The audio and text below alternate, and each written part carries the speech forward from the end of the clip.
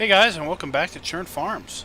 It is day 21 of late autumn, and I thought I'd go ahead and make use of some of this manure we had piled up, and I thought we'd just go ahead and put some manure down on our two cornfields here that are right by the farm. They were the ones that we used the forage harvester on, and it won't take too terrible long to spread this. So these are the smallest fields that we've got. Well, not the smallest. The two fields are where we put the potatoes. Those are the smallest. But I thought we'd just go ahead and put our manure down here and use some of that up. As you can see, our indicator in the upper left corner is no longer telling us that we have 70,000 or 80,000 liters of manure. We now have no longer got that indication, which is fine. And we'll have plenty of time to pile manure up and plenty of time to do other things with it. The other thing would be to possibly take it down to the BGA and get a few dollars on it. But again, those trips aren't going to be worth too terrible much. But we've got a long way to go, and plenty of cows, plenty of pigs, plenty of manure to be made. So we also have a ton of slurry. At this point, we've got 90,000 liters of slurry, I believe, in addition to our manure. So we're not really getting a warning indication on our slurry level, so I think we've got plenty of room to go there. But I suspect next season, when we get around to fertilizing our fields, we're going to be probably using slurry and manure as our main fertilizing application, simply because we're going to have such an abundance of it. There will be no need really to buy any chemical fertilizer.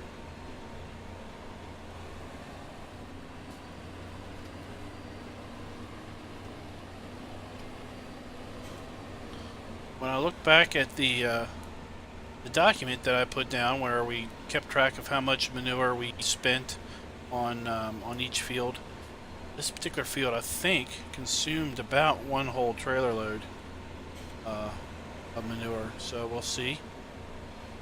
Get that kind of yield this time around.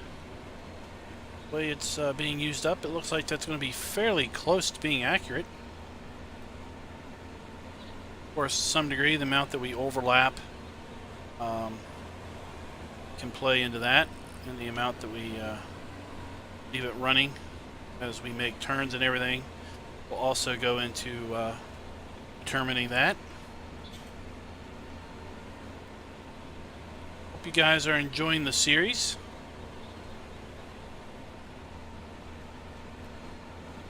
I don't know if you all are watching any of the other folks that are doing the 24-day seasons play, but they're all doing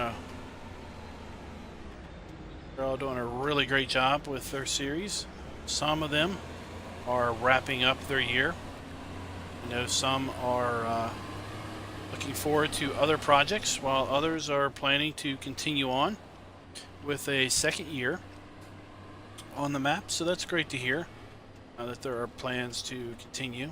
And for everyone that played and has subsequently moved on or is moving on to other endeavors, then it's fine also, because it's all about having fun and everything. Just going to bring our spreader back over here, and we're going to park it here while we fill up another load. Our low telehandler for this job, simply because the bucket on this one is much bigger than the bucket on the tractor front loader.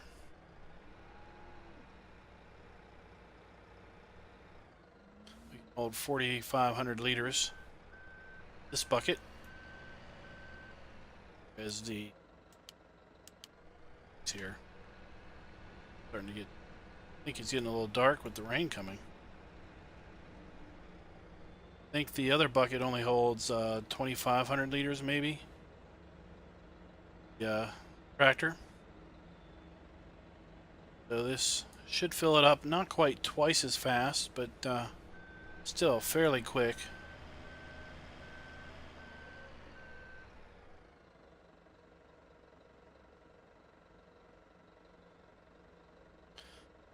Do this first person, I get a little confused because controls are maybe backwards on the Merlot. We sometimes feel backwards. I pull back to lift the arm, but then if I look down, I also pull back. So it's opposite of your visual camera. I go up to look up, but if I click and rotate the mouse up, it drops the boom arm.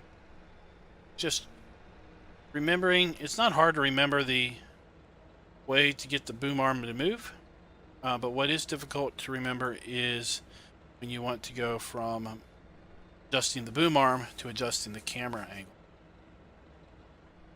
So we've got 56% in the spreader now.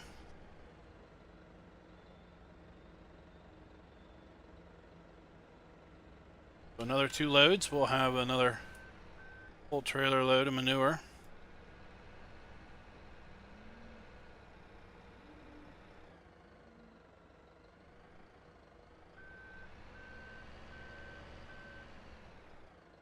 Then we'll get back over to that other field. Got our hired helper working over on field 28, putting down oilseed radish.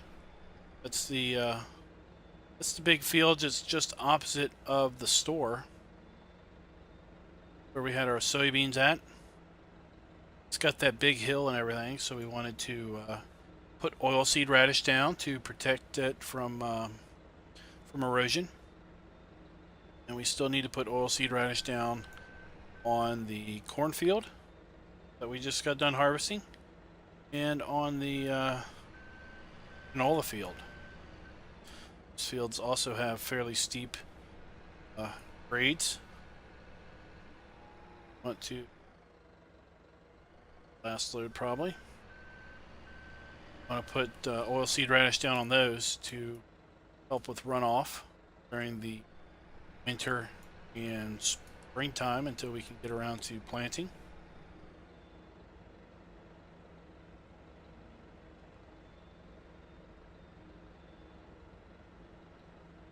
Let's see here. Got a full load.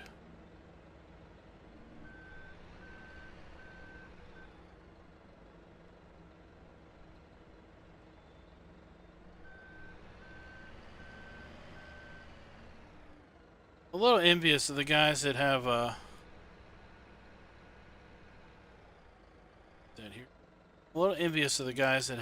joysticks. I use a trackball mouse simply because I won't have to worry about moving the mouse all over the desk and everything. But the trackball does provide a very limited range of motion. That your thumb can rotate the ball before it basically gets from one end of the trackball socket to the other end of the socket.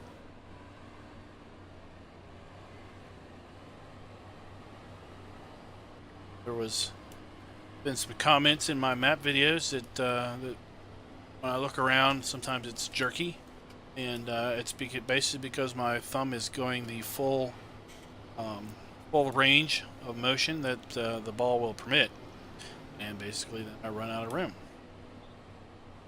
So I've got mouse sensitivity turned all the way up to 200% in game. Got mouse sensitivity pointer speed turned all the way up in Windows, so there's not much I could do at that point. Really don't want to swap out to a regular mouse, simply because I'll let you all in on a little secret. When I record these videos, I'm actually not sitting at a desk. I'm sitting in a kind of a gaming chair, in in a rig that's really intended to simulate a car cockpit. So it's more of a racing cockpit that I sit in, and my mouse is basically sitting on a old dining room chair. That is, the seat of the chair is approximately midway up my waist height, so I can easily just put my arm over there in a relaxed position and just set my arm on the trackball mouse, and then obviously not have to move everything all over. So there really isn't a lot of surface area for the mouse to be moving around in. So that's why I don't use a standard mouse. Still got to come down here and get rid of this branch. Remember, we well, I don't know if I did it on camera or not, but I had to cut a branch out in order to facilitate the forage harvester running through the field. So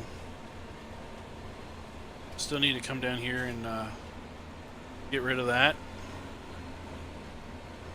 Did see the great demand there pop up for wood chips. Going to be getting into forestry here not too terrible long, to kind of put us through the winter months in order to get us some additional income. And speaking of that income, I looked at the daily maintenance of the baler, the mowers, the tedder, the rake, and the bale stacker, and that cost me, if we kept all of that equipment, I think it would cost me about $4,800 for all of winter and basically all of spring. So for 48 game days, it's basically going to be about $4,800, I think. And well, I definitely can't sell all that equipment back and only lose $4,800 in basically what I would have to buy it new for and what I would get used. So we're just going to keep it, where paying the daily maintenance is cheaper than getting rid of it and buying it back at the end of the next time we need it. So that's the plan for the mowing stuff. I do have a new rake that I want to buy, so we will probably be trading in the rake, the windrower, and the tedder, because I've got a rake in mind that both does windrowing and tedding at the same time. It's a little smaller, but still it does does two jobs in one pass, as opposed to having to run over the field twice. So that is a good thing. So we will be selling our windrow, Swadrow 2000, I believe it is, and we will be selling the Kloss, I think it's the Kloss tedder, the one that's steerable. We'll be getting rid of both of those, and we'll probably be getting rid of those sooner than later. Simply no need to maintain maintenance on something we're not going to make use of. And we're not going to be buying the other windrow tedder until we need it next spring, simply because we don't need to be paying maintenance on something we're not going to be using. Don't have to. See off in the distance the John Deere and the cultivator seeder working over in field 28. So I don't know if we're going to be able to get a full pass here before we have to fill up again or not. Definitely doesn't look like we're going to get a full pass. So let's run this empty.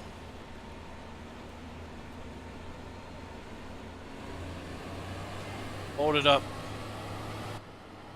and go back and get another load.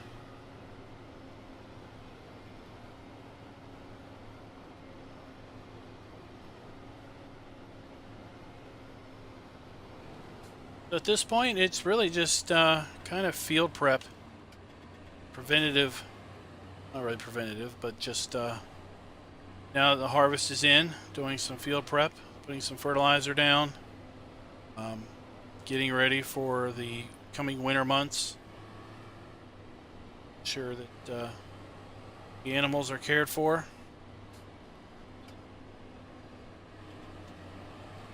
In the waning days of autumn, with very little that we have to get done, simply because we brought in all of our crops, and a whole lot of things that we could do should we so desire.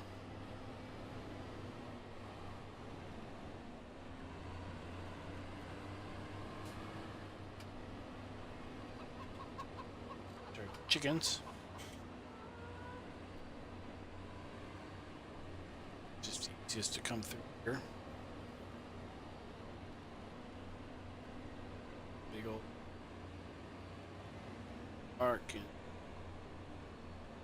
out.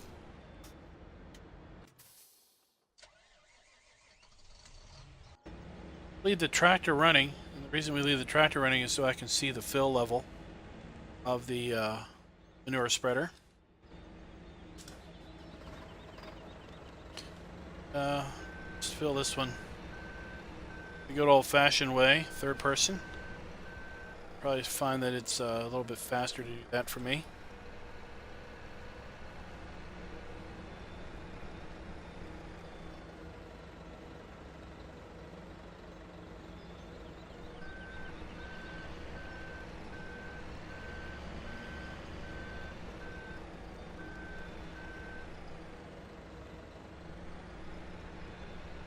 Boom extended because the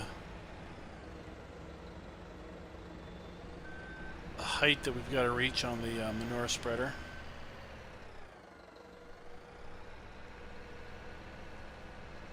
Makes it a little bit easier to reach without actually running right up against it.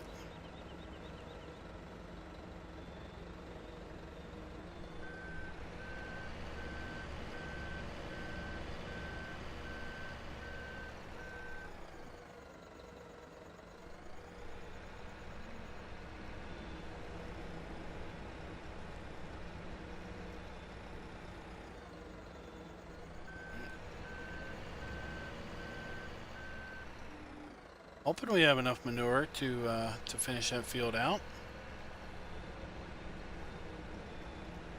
If not, we'll just have to maybe finish the rest of the field in later in the winter or in early spring.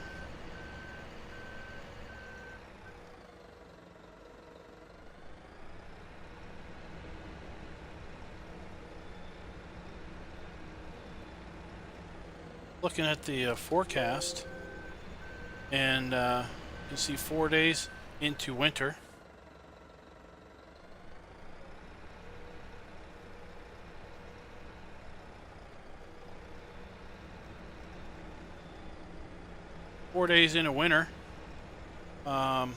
Got last time we were together, I talked about really thinking the second day we might have frozen ground into the second day of let's collapse that up into the second day of winter. But looking at days 3 and 4, the predicted lows are well above freezing, so I don't think we're going to have frozen ground so much right at the early start of winter, which will allow us to do a little bit more field work should we so need to into winter.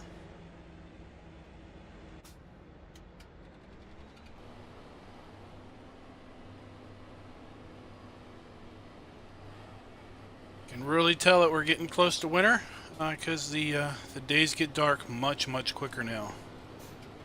It was 5:30, and I can recall summer and early autumn that 5:30 the sun was still bright in the sky, but now it is setting low in the horizon. It'll be dark by 6 o'clock, and really you'll be thinking about tomorrow, and and not what still needs to be done for the day. So it's like our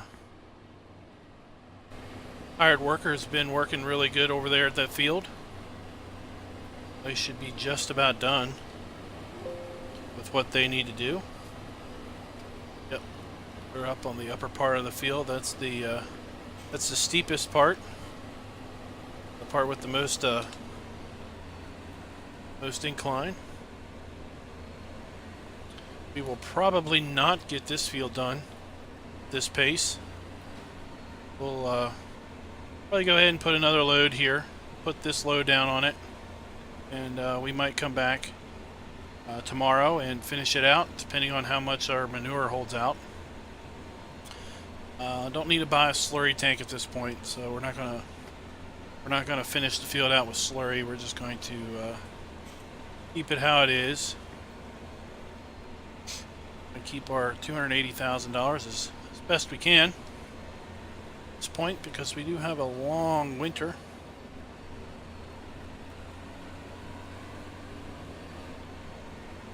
And while we have a fair bit of crop in the silos, we don't have a whole lot of crop to sell.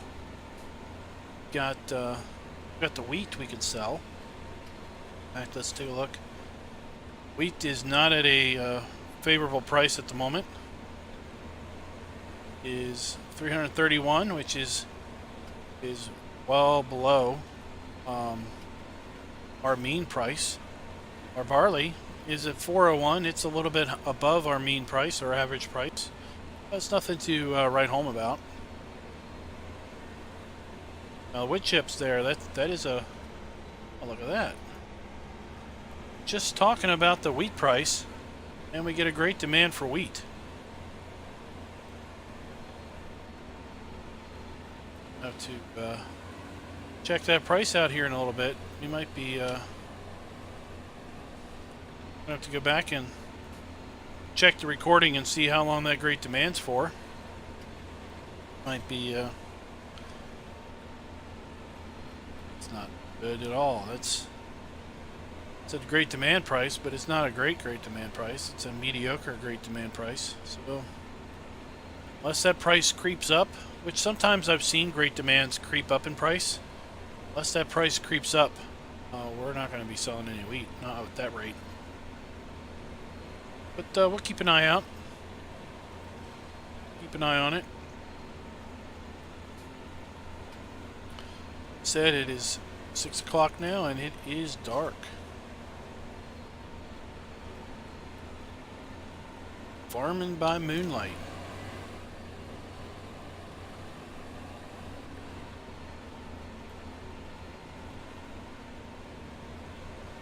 I know I could have used GPS on this, but I just felt like kind of doing a little freehand.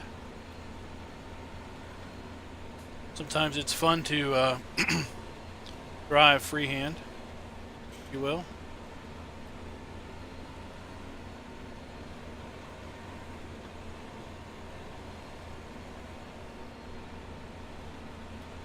There's that great John Deere sign that lit up at night.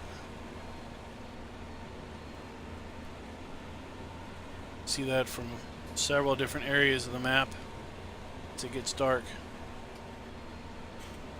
It's almost like the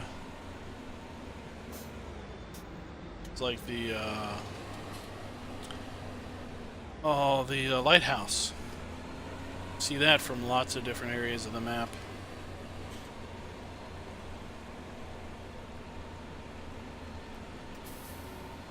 This load might do a decent number on this side of the field. Remember, we kind of cut it off. The area over there to the right, where it makes that 90-degree turn to the right, we didn't do. We just came straight down. We're putting manure on the big part of the field here. I want to thank you guys for watching. If you liked the video, please consider clicking the like button. If you are not a subscriber and you like this type of gameplay, you like notifications of future content, future uploads, please go ahead and subscribe. encourage you to check out two really awesome web communities. They are PCSG and the Three Dudes Gaming Network. Both are wonderful web forums, web communities. Both are full of mature members that are eager to help and assist. There, oh, we just left a little bit there. Anyway, they're both full of really great guys and gals that are eager to help anybody out that has a question. Won't be hearing them basically tell you to go figure out the problem or go search for the answer. Because the reality is, the reason you're there, you are searching for the answer. So it doesn't help anybody when someone just gets a little smarty with you and just says, go look it up. Both communities also have open multiplayer servers for their members. There's information on how to connect to both of those multiplayer servers on their websites, respectively.